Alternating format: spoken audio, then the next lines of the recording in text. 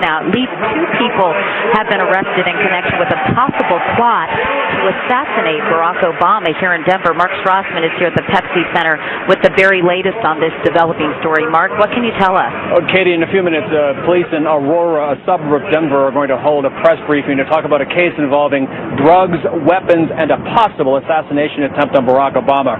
We're now hearing at least 4 people, 3 men and 1 woman, are under arrest. This case began Sunday morning when police pulled over a pickup truck that was driving erratically.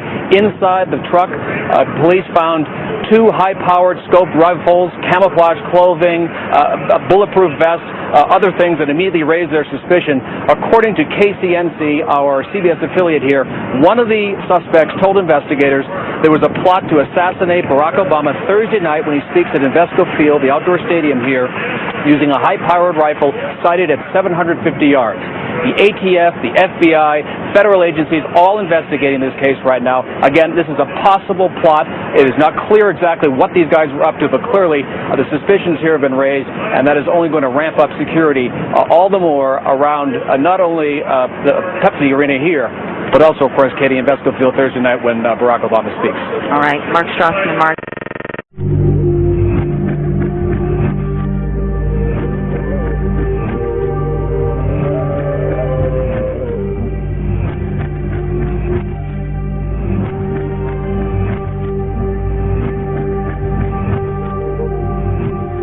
The very word secrecy is repugnant in a free and open society, and we are, as a people, inherently and historically opposed to secret societies, to secret oaths, and to secret proceedings.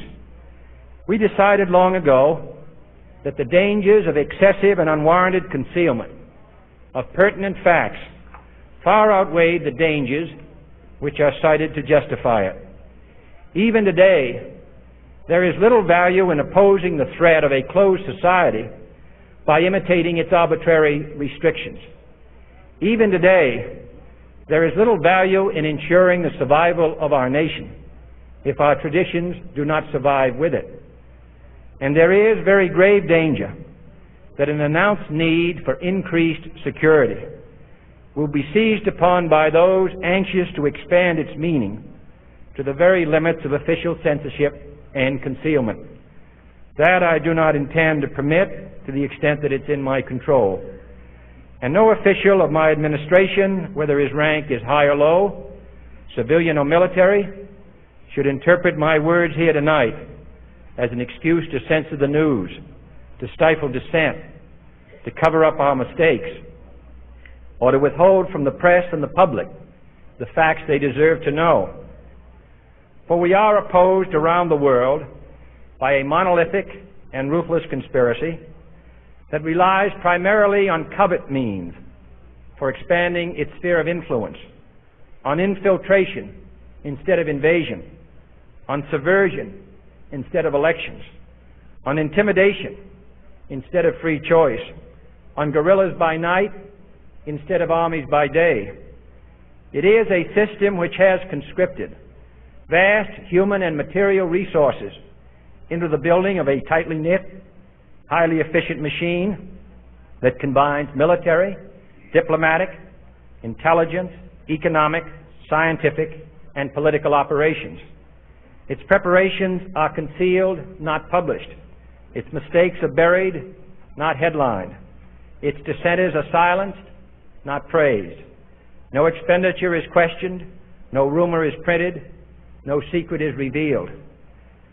No president should fear public scrutiny of his program, for from that scrutiny comes understanding, and from that understanding comes support or opposition, and both are necessary.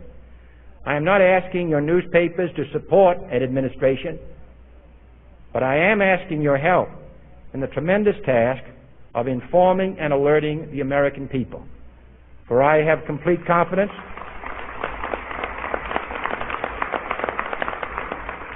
in the response and dedication of our citizens whenever they are fully informed. I not only could not stifle controversy among your readers, I welcome it. This administration intends to be candid about its errors. For as a wise man once said, an error doesn't become a mistake until you refuse to correct it. We intend to accept full responsibility for our errors, and we expect you to point them out when we miss them. Without debate, without criticism, no administration and no country can succeed, and no republic can survive. That is why the Athenian lawmaker Solon decreed it a crime for any citizen to shrink from controversy. And that is why our press was protected by the First Amendment, the only business in America specifically protected by the Constitution, not primarily to amuse and entertain, not to emphasize the trivial and the sentimental, not to simply give the public what it wants, but to inform, to arouse, to reflect, to state our dangers and our opportunities, to indicate our crises and our choices, to lead, mold, educate, and sometimes even anger.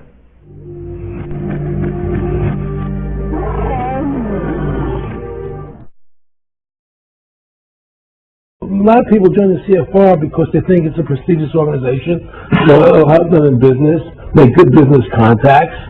They don't have an understanding that the CFR is really about world domination, about how they had the Trilateral Commission and the Bilderbergers all work together, the banks to control the people. They don't understand that. They don't see the big picture. Oh, the CFR is a prestigious organization. I'll make this one, I'll make that one. I can do good business deals out of it. It's just business to them.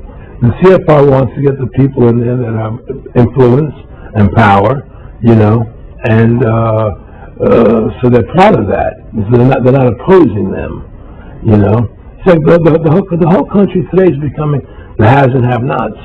You're getting the very, very wealthy, the middle class is being destroyed, and you're getting the poor people.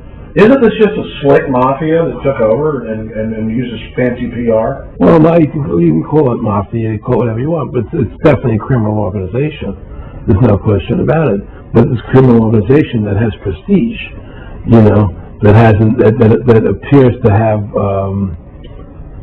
what's the word I'm looking for? Class style. It's like respected. It's respected. People don't look at it as being a criminal organization. That's what a great job they've done. People look at Alan Greenspan as being a hero. The maestro. Money's a funny thing. I was talking to Michael Eisner one day, and I said to Michael, you may have $1 billion, Michael, but they're all dollars.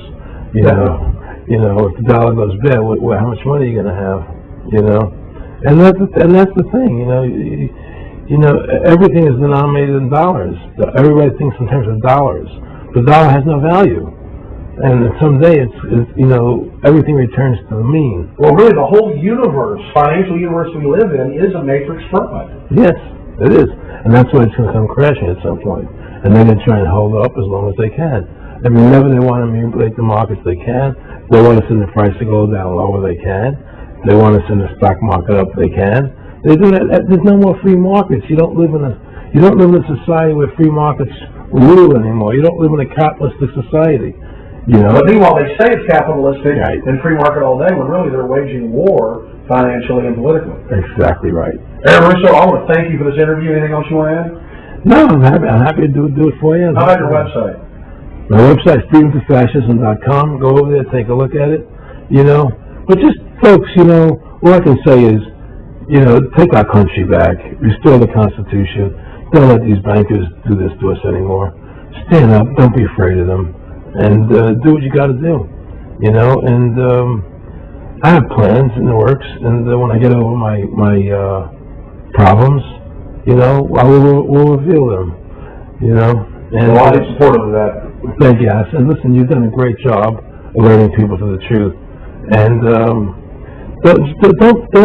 don't be afraid to be ridiculed by these people.